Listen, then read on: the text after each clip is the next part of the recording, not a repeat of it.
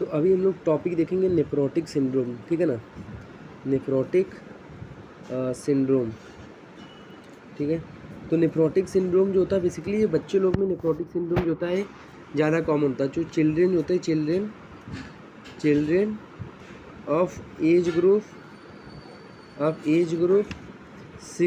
6 year, तो 6 year वाले child में ज़्यादा कॉमन होता है। मतलब 1 से लेकर 6 साल वाले बच्चे में बेसिकली ज़्यादा कॉमन होता है नेफ्रोटिक सिंड्रोम। अब नेफ्रोटिक सिंड्रोम में बेसिकली होता क्या है कि यहाँ पे बेसिकली इसका मेन कॉज बताया गया है ना। मेन कॉज क्या होता है इसमें? Minimal change disease. Minimal change disease में यार क्या होता है, जैसे ए अपना क्या है, ए अपना एंडोथेलियल है, ठीक है ना। और ये अपना पता है अपने को बेसमेंट मेम्ब्रेन है। और यहाँ पे अपना होता है पोडोसाइट, ठीक है। ये बॉमन कैप्सूल में विसरल सेल होती है पोडोसाइट। तो इसकी क्या होती है, इसकी फ्लैटनिंग हो जाती है। इसकी फ्लैटनिंग हो जाती है तो परमिलिटी लॉस हो जाती है। और इसकी वजह से क्या होता है कि वहाँ पे प्रोटीन लॉस होने लगता है। इसकी वजह से क्या होता है, प्रोटीन जो होता है वो लॉस होने लगता है, ठीक है ना। अब यहाँ पे ट्रायड देखने को अपने को मिलती है, ट्रायड। तो ट्रायड में बेसिकली क्या होता है, एक तो प्रोटीन यूरिया मिलेगा, मतलब यूरिन में ज़्यादा प्रोटीन लॉस होगा, दूसरा एडिमा मिलेगा। अब एडिमा क्यों मिलेगा? क्योंकि ओंकोटिक प्रेशर डिक्रीज हो गया। ओंकोटिक प्रेशर जो होता है वो डिक्रीज हो जाता है। मतलब ओंकोटिक प्रेशर किसकी वजह से होता है? एल्ब्यूमिन की वजह से। तो हाइपोएल्ब्यूमिनीमिया मिलेगा आपको, एल्ब्यूमिन कम हो जाता है मिलनी।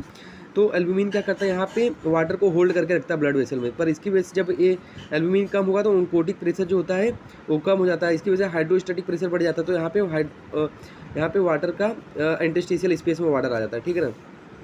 ये हो गया। उसके बाद अब एडिमा मेनली कहाँ पे लेग में बेसिकली मिलता है अपने को एडिमा। उसके बाद यहाँ पे अराउंड द आई मिलता है। और बाद में तो हर जगह एडिमा हो जाता है। साइटिस हो सकता है, पेरिकार्डियल इफ्यूजन, सब मतलब बहुत सारी चीज़ें जगह एडिमा हो जाता है इसमें, ठीक है ना। उसके बाद ये हो गया। उसके बाद अभी हम लोग बताऊँ कि इसमें और क्या चीज़ मिलता है इसमें? हाइपर कोगुलिटी मिलती है। हाइपर कोगुलिटी क्यों मिलती है यहाँ पे? क्योंकि यहाँ पे एंटीथ्रोम्बिन वगैरह लॉस होते हैं। यहाँ पे एंटीथ्रोम्बिन प्रोटीन सी जो होता है वो लॉस होता है।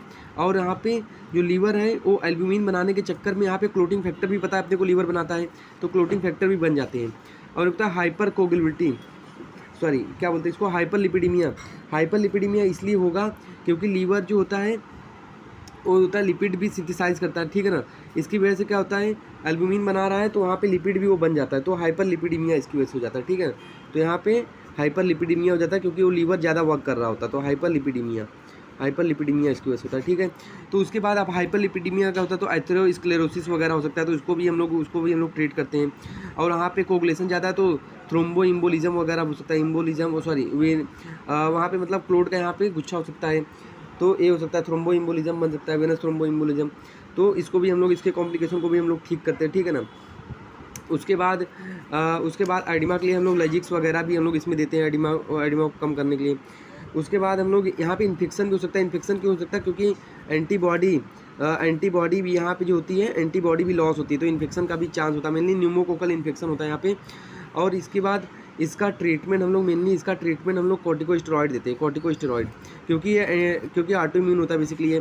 तो इसको हम लोग कॉर्टिकोस्टेरॉइड हम लोग शुरू करते हैं 1 mg पर kg पर डे से ओडी।